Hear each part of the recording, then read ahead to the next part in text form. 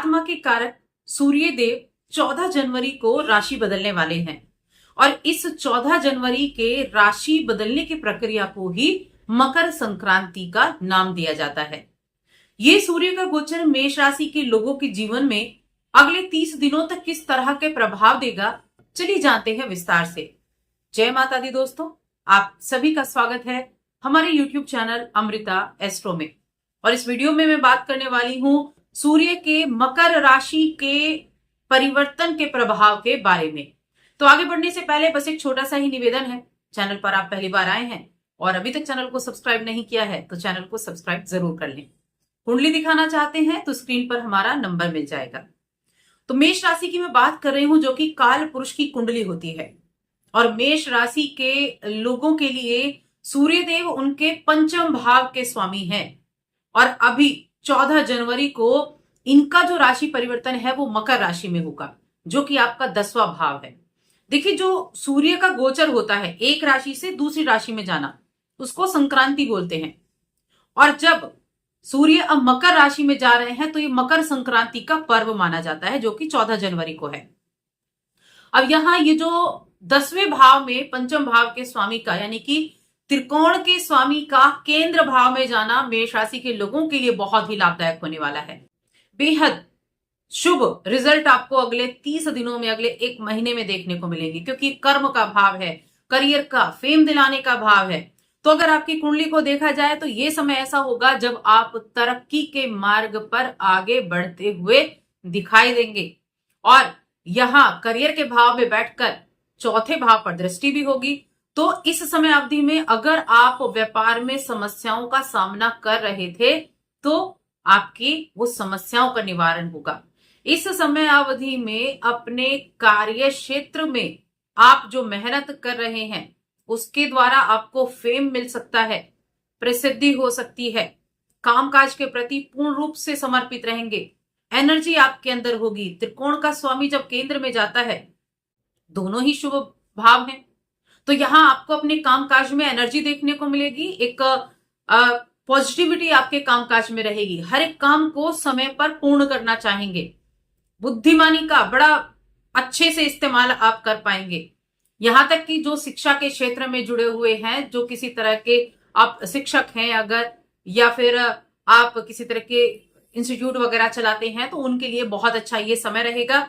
और साथ में मेष राशि के जातकों के लिए एक ये भी रहेगा कि जो भी आप काम करें, एक अच्छी योजना बनाकर अगर आप चलेंगे तो योजनाएं आपकी सफल होंगी।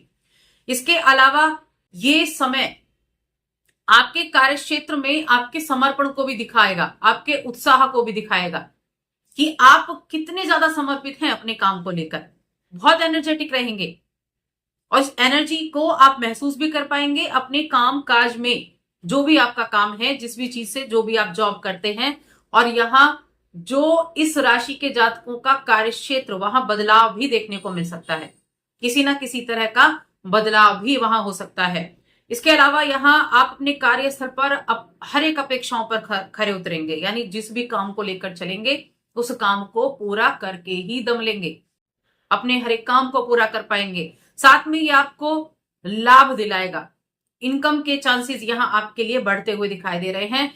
चौथे भाव पर दृष्टि सूर्य की 10वें भाव में बैठने से होगी, तो सुख सुविधाओं में भी वृद्धि होने को यहां देखने को मिलेगी।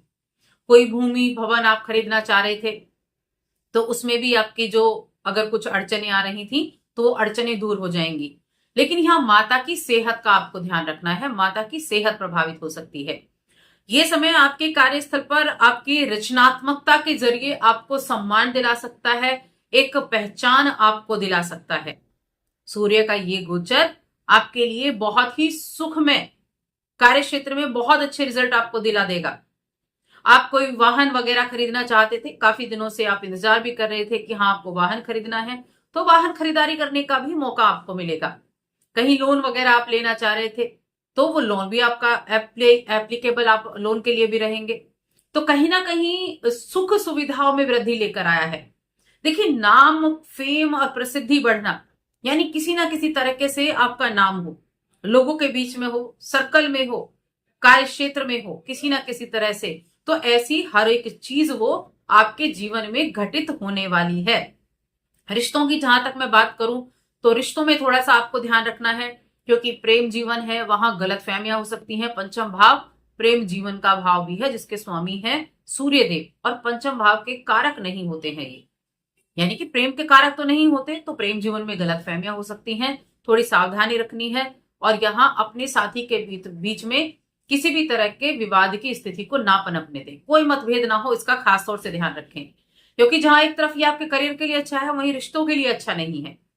छोटी छोटी बातों को लेकर नोकझोंक हो जाना, छोटी छोटी बातों पे गलतफहमी हो जाना, तो इस चीज का आपको ध्यान रखना है। और उसका नतीजा क्या होगा कि उसका नतीजा ये होगा कि आपसी द्वंद्व होगा। थोड़ा सा सतर्क रहेंगे तो चीजें अच्छी हो जाएंगी। साथ में अपनी हेल्थ का भी ध्यान रखना है। एक तो पैरों में, जोड़ों में दर्द संबंधी समस्याएं यहां हो सकती हैं, क्योंकि सूर्य जो है अपने पुत्र के घर जा रहे हैं, शनि के घर, जो कि उनकी शत्रु राशि भी है। तो पैरों संबंधी दिक्कतें हो सकती हैं, जोड़ों संबंधी दिक्कतें हो सकती हैं, आपकी इम्यूनिटी वीक हो सकती है, जिसको हम बोलते हैं रोग प्रतिरोधक क्षमता, वो थोड़ी कमजोर हो सकती है, तो रोग जल्दी पकड़ सकते हैं। और जिनको पहले से ही कुछ पैरों संबंधी, घुटनों संबंधी प्रॉब्लम चल रही है, उनको सतर्क रहने की आवश्यकता है। अब उपाय की बात करते हैं। एक तो आपको उपाय जो करना चाहिए, एक तो शनिवार का उपाय आपको करना चाहिए, शनि के मंत्रों का जाप या फिर हनुमान चालीसा का जाप आप कर सकते हैं। बाकी मकर संक्रांति के दिन आप जरूर दान पुण्य जरूर करें। खिचड़ी का दान कर सकते हैं, गुड़ का दान कर सकते हैं, तिल का दान कर सकते हैं, कंबल का दान कर सकते हैं। अपनी इच्छा अनुसार किसी ना किसी चीज का दान जरूर करें, क्योंकि ये दिन दान पुण्य के लिए सबसे ज्यादा महत्वपूर्ण दिन होता है। सकरात का दिन, कौन सा? मकर संक्रांति का दिन। इसको कुछ जगह पर सकरात भी बोला जाता है। तो दान पुण्य इस दिन जरूर करें। ये दान पुण्य आपके लिए बहुत फलित होने वाला होता है। तो बस आज की इस वीडियो में इतना ही। वीडियो कैसी लगी कमेंट करके बताएं। चैनल पर पहली बार आए तो सब्सक्राइब करके जाएं। जय माता।